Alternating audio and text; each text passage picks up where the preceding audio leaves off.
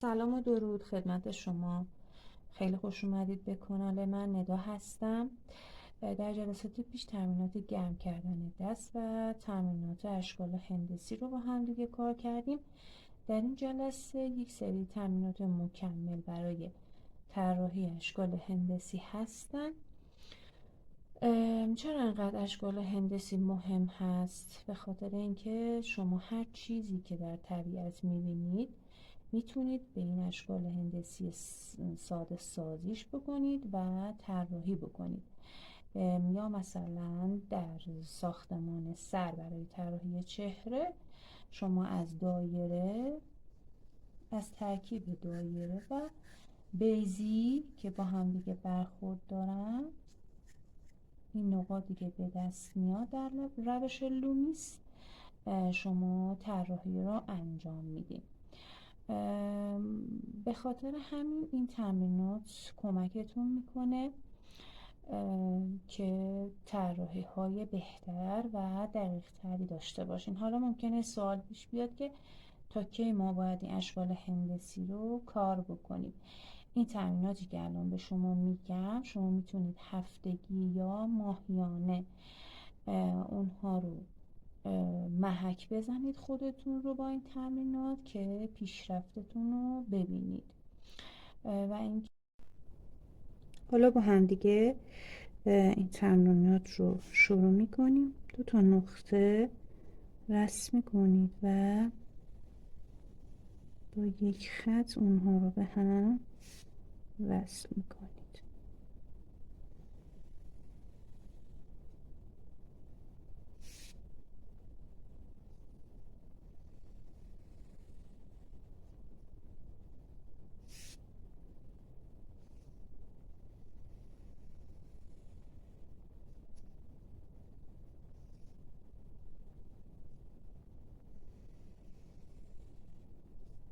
بعد میتونید اینها رو تست بکنید که کدوم رو اشتباه انجام دادید کدوم رو درست. الان اینجا این خط با این نقطه تماس نداشته ولی اینها درست بوده.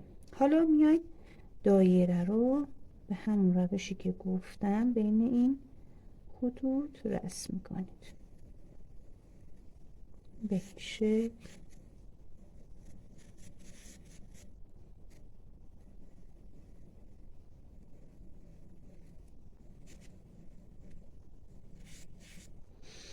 و بزرگتر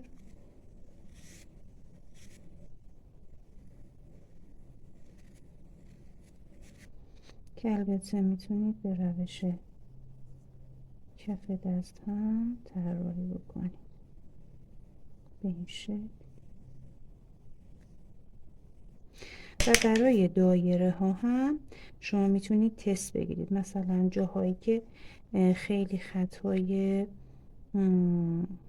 درستی نداشته، جاهایی هم که درست کشیدین و تماس داشته رو تیک میزنید و اونهایی هم که خطوط درستی نداشته و یا تماس نداشته غلط میزنید. مثلا اینها خوب بودن و این هم نه. برای بیضی هم همین کار میکنید. دوباره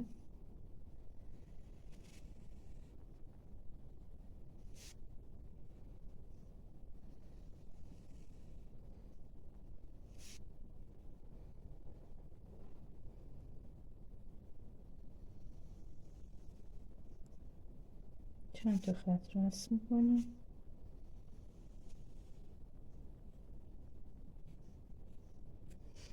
و وسط این خطوط بیضی همون رسم میکنید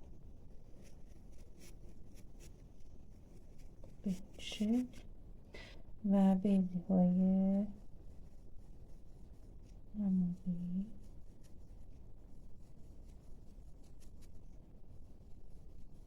به این شکل، هم پهن‌تر و هم باریک‌تر.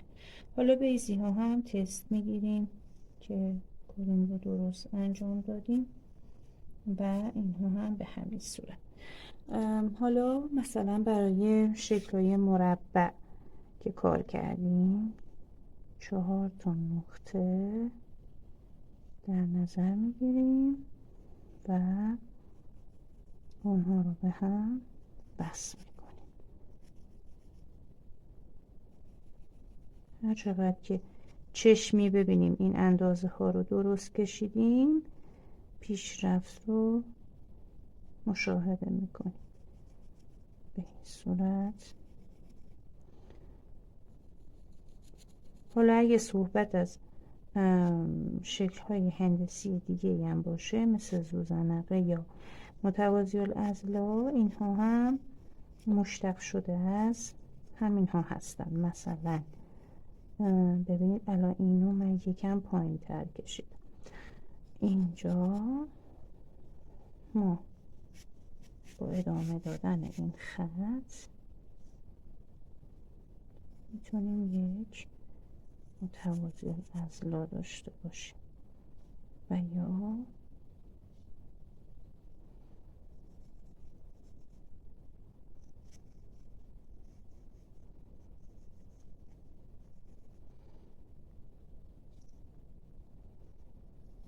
به این صورت سوزنقه داشته باشیم.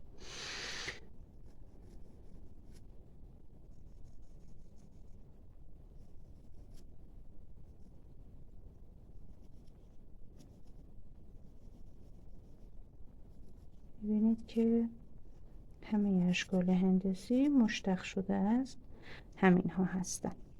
یه دایره شما باید بتونید تو هر اندازه‌ای دایره‌تون رو ترسیم کنید.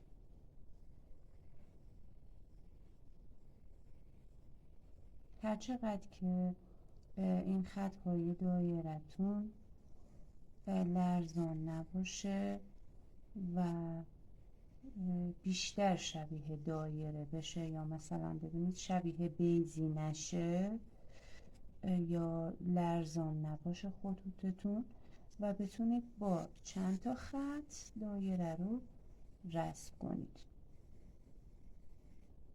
به این صورت، یا به حالت کف دست بگیرید به این شکل بتونید با چند تا خط دایره رسم بشه. یا مثلا برای بیضی 4 تا نقطه در نظر میگیریم و بین این 4 تا نقطه بیضمون رو رسم میکنیم. اینها تست طراحی این اشکال هندسی هستن که شما پیشرفتتون رو مشاهده بکنید. برای هر کدوم از اینها توصیه من اینه که یک صفحه انجام بدید. بعد از تمرینات گرم کردن دست من خودم حتما قبل از فیلم برداری و یا هر تمرین یا سفارشی اینها رو انجام میدم. در نهایت میرسیم به طراحی حجم ها و فرم ها که مکعب، کره و استوانه هستن و تمام این اشکال پایه‌ای باید روش مثلث بشیم تا بتونیم اونها رو طراحی بکنیم. منتظر جلسات بعدی هم باشین. ممنونم از شما.